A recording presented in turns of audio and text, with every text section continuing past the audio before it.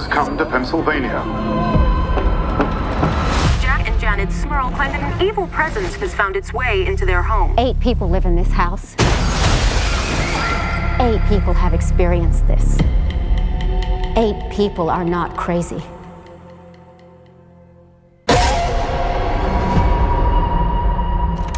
So, when did this start? Heather's confirmation. 7th of September. There's something in the attic. Ed, there's an evil here. Something I've felt before.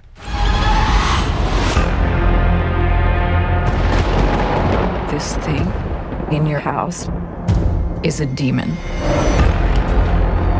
It's the first one that we ever encountered. We were young. We were scared.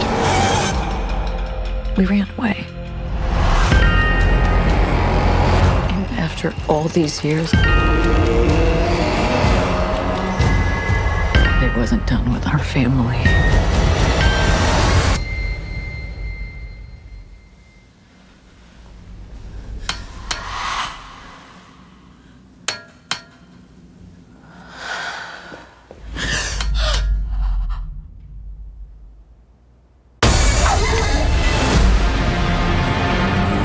St. Michael, defend us.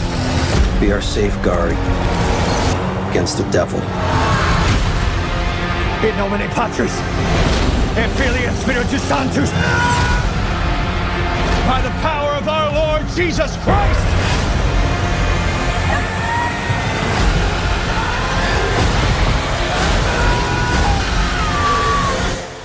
I don't know how to protect you this time.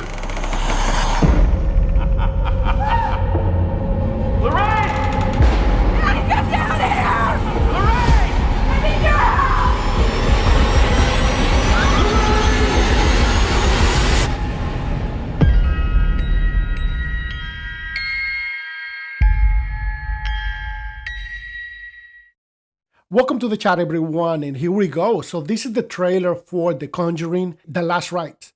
So The Conjuring premiered in 2013, and few could have predicted the cultural ripple it would create across the horror landscape. Directed by James Wan and based very loosely on the real-life cases of paranormal investigators Ed and Lorraine Warren, The Conjuring not only terrified audiences, but laid the foundation for the new kind of horror franchise, one rooted into an atmosphere of lore and shared cinematic storytelling. More than a decade later, the Conjuring universe has become one of the most successful horror franchises, and its influences on modern horror, it's undeniable. At a time where horror leaned heavily into gore, found footage like The Paranormal Activities, or meta-satire like Scream, The Conjuring offered something different, slow burn, very atmospheric style that focused on psychological dread and classical haunted houses tropes.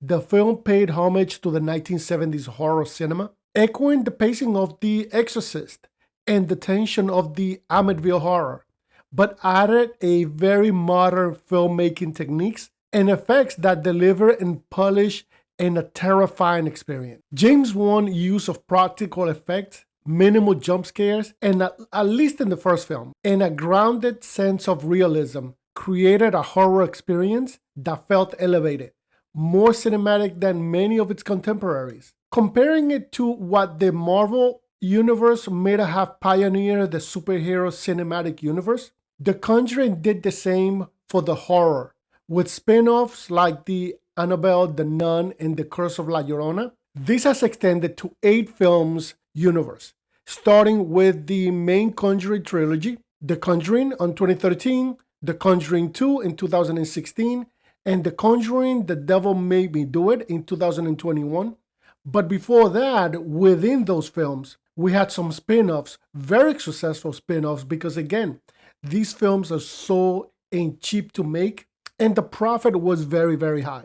Spin-offs like the Annabelle in 2014, Annabelle Creation in 2017, Annabelle Comes Home in 2019. Other spin-offs out of that are The Nun in 2018 and The Nun 2 in 2023. This shared universe model inspires similar approaches into other horror franchises, including the Insidious series, also helmed by James Wan, and the Haunting of Hill House anthology series on Netflix, which leaned heavily into a serialized supernatural storytelling. Horror has long used based on true stories tagline to draw viewers, but The Conjuring took this approach more seriously by grounding its stories into allegedly real-life files of the Warrens. The film created a blurry line between fiction and reality that heightened the fear factor.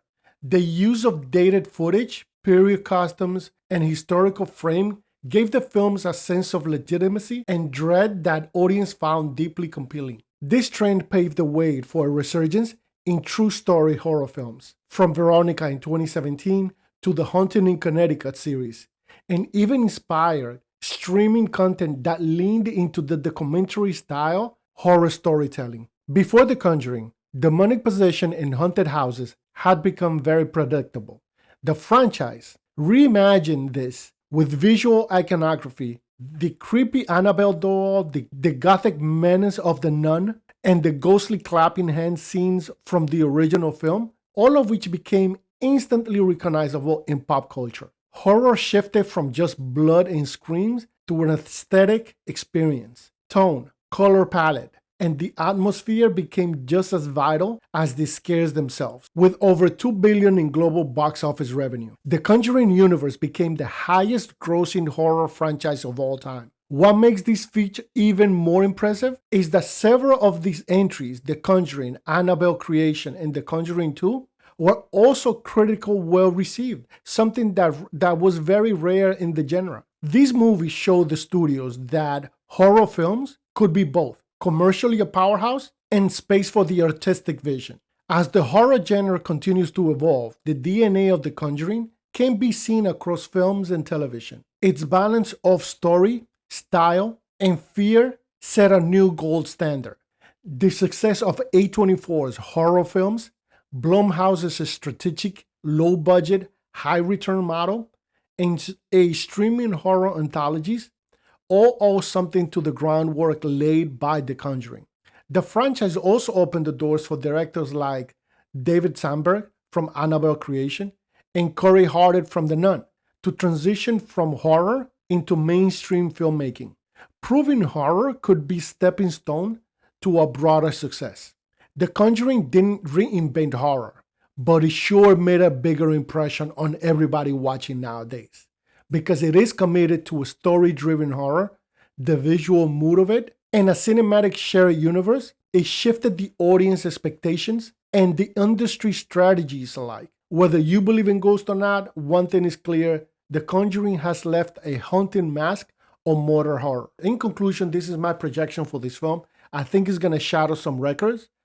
Probably is going to do about 700 million, because again, The Conjuring didn't reinvent horror, but it did reinvigorate it. With its commitment to story-driven horror, visual mood, and cinematic shared universe, it shifted the audience expectation and industry strategies alike. Welcome to the chat, everyone. If you enjoy this content, please do hit that like and subscribe.